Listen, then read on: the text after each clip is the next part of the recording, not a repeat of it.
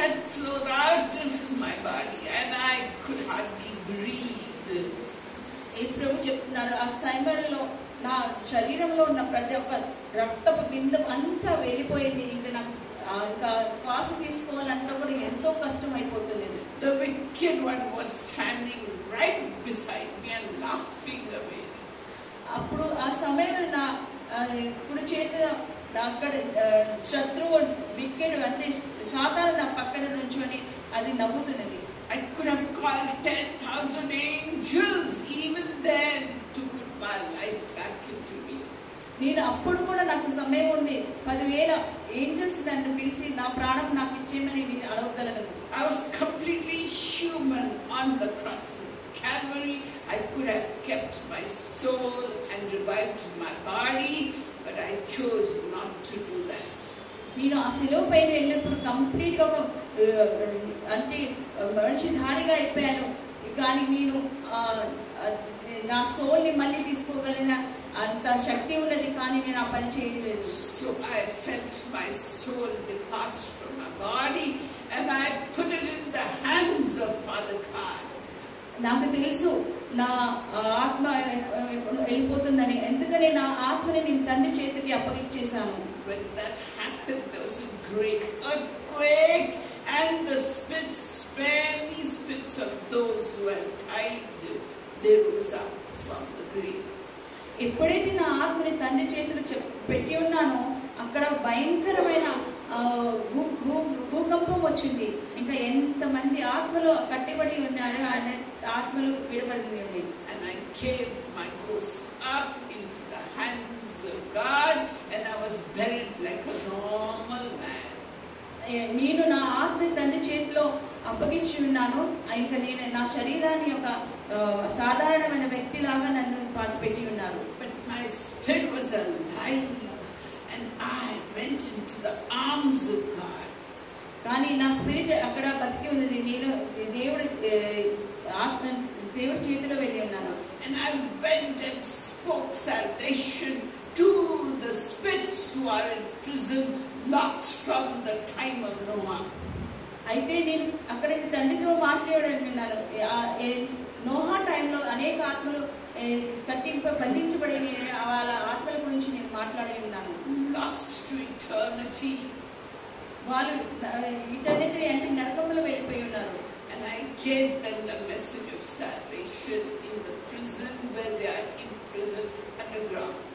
అయితే వాళ్ళు ఎక్కడ భూలోకంలో ఎక్కడో ఉన్నారో అక్కడికి వెళ్ళి నేను వాళ్ళ సువార్తకి చెప్పగలిగాను. I did not want their souls to perish because God does not want even one soul to perish. ఎందుకంటే నేను నా తండ్రి అయిన ఒక్క ఆత్మ కూడా నరకంకి వెళ్ళాలి, నశించిపోవడం ఇష్టం లేదు కాబట్టి. And to those who received them, I gave them power to become sons of God, even to those who take my name. ఎప్పుడైతే నేను ఆ సువార్త ఆ భూగోళంలో లోపల వెళ్ళి చెప్పి ఉన్నానో, ఎప్పుడైతే వాళ్ళు నన్ను అంగీకరించారో వాళ్ళందరికీ నేను రక్షణ ఇచ్చినాను. But my story doesn't end there. కానీ నా కథ అక్కడ సమాప్తం అవ్వదు. Third day, my body revived and did not decay. మూడో దినం నా శరీరం బయటకు వచ్చింది, కానీ కుళ్ళిపోవలేదు. And therefore, my spirit came back into my body, and at that moment, my body became a new body. ఆ సమయంలో ఎప్పుడైతే నేను బయటకు వచ్చానో ఆ సమయంలో నా శరీరంలో నా ఆత్మ మళ్ళీ వచ్చేసింది. నా శరీరం ఒక కొత్త శరీరంగా నిర్మింపబడింది. A body with flesh and bones that could go through the doors and that could rise up and ascend to my Father in heaven. And there ended one part of my story. అది నాకు ఒక్క కథ ఏంటంటే నా శరీరంలో అన్ని bones అవన్నీ ఉంది. అది డోర్ వెనకాల లోపల నుంచి కూడా వెళ్ళగలుగుతుంది, ఇంకా తండ్రి దగ్గర కూడా వెళ్ళగలుగుతుంది. Today I am seated at the right hand of God. ఈ రోజు నేను దేవుడు రైట్ హ్యాండ్ దగ్గర నేను కూర్చొని ఉన్నాను. Crying out for you and each one of you. మీరు ఇక్కడ కూర్చున్న వాళ్ళు ప్రతి ఒక్కరి కోసం నేను అక్కడ మొరబెడుతున్నాను, వేడుచున్నాను. Crying out that you may escape the tribulation that is coming upon the world. లోకంలో తండ్రికి నేను మీకోసం ఎందుకు మొరపెడుతున్నానంటే లోకంలో చాలా గొప్ప ఉగ్రత రాబోతుంది. ఆ ఉగ్రతతో మిమ్మల్ని కాపాడాలని తండ్రితో మొరపెడుతున్నాను. Cry out to the Father, Lord, these are my sheep, prepare them so that they escape the tribulation. తండ్రితో నేను ఏమని మొదలు పెడుతున్నానంటే, ప్రభువా వీళ్ళ నా గొర్రె పిల్లలు వీళ్ళందరినీ మీరు కాపాడండి, ఆ ఉగ్రతతో వాళ్ళని కాపాడమని అడుగుతున్నాను. So I'm speaking to the heart of each one of you. అయితే నేను ఈ సమయం ప్రతి ఒక్క హృదయంతో ఈ రీతిగా మాట్లాడుతున్నాను. I'm knocking at the door of your heart. నేను మీ హృదయాన్ని తట్టుచున్నాను. Let me come in and be your best friend. నేను మీ హృదయానికి ఇంట్లో రావాలనుకుంటున్నాను, మీకు ఒక బెస్ట్ ఫ్రెండ్ కావాలనుకుంటున్నాను. And I will lead you in paths of righteousness for my name's sake.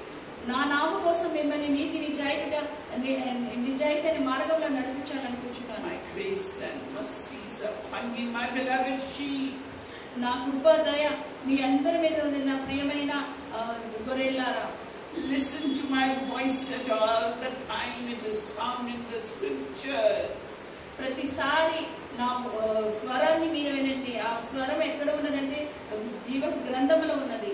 Follow me, I will lead you on the straight and narrow way going to heaven. మీరు నన్ను narrow ఇరుకైన స్థలంలో నుంచి నన్ను follow అవ్వండి. నేను అది మిమ్మల్ని పరలోకము తీసుకెళ్తుంది. My grace is upon you, my blessings are upon you. In Jesus Christ, we pray, amen. నా కృప నా ఆశీర్వాదాలు మీ అందరి మీద ఉన్నది. యేసు నామమున అడుగుచున్నాం, ఆమేన్. God, we thank you for all the speakers that came and declared your word to us. ప్రభువా మీకే వందనాలు. ఎంతమంది స్పీకర్స్ వచ్చి మీ గురించి చెప్పి ఉన్నారు, వాళ్ళందరినీ ఆశీర్వదించండి. Bless the words that they spoke and let it remain in our hearts. ప్రభువా వాళ్ళు పలికిన ప్రతి ఒక్క మాటని ఆశీర్వదించింది. ఆ మాటలు మా హృదయంలో ఉండేలాగా చేయండి. Let it grow in our hearts and bear a fruit 100-fold. ఆ వాక్యం మా హృదయంలో ఫలితంగా ఉండేలాగా సహాయం తెచ్చేయండి. We love you, Jesus, and we take you in our hearts, remain in our hearts permanently, Jesus. Jesus మిమ్మల్ని నా హృదయంలో తీసుకుంటున్నాము. మీరు పర్మనెంట్ గా ఎల్లప్పటికీ మా హృదయంలో ఉండమని అడుగుచున్నాము. We love you and we worship you in Jesus' name. Amen. మేము ఆరాధిస్తూ మిమ్మల్ని ప్రేమిస్తూ వేస్తున్నామని అడుగుచున్నాము. ఆమేన్. Praise God, praise God. Kushahan Sato Agni Antaha Ranto, I'm pouring grace and mercy upon all of you. నా కృప దయ అందరి మీద కుమ్మరిస్తున్నాను. My blessings and mercy will never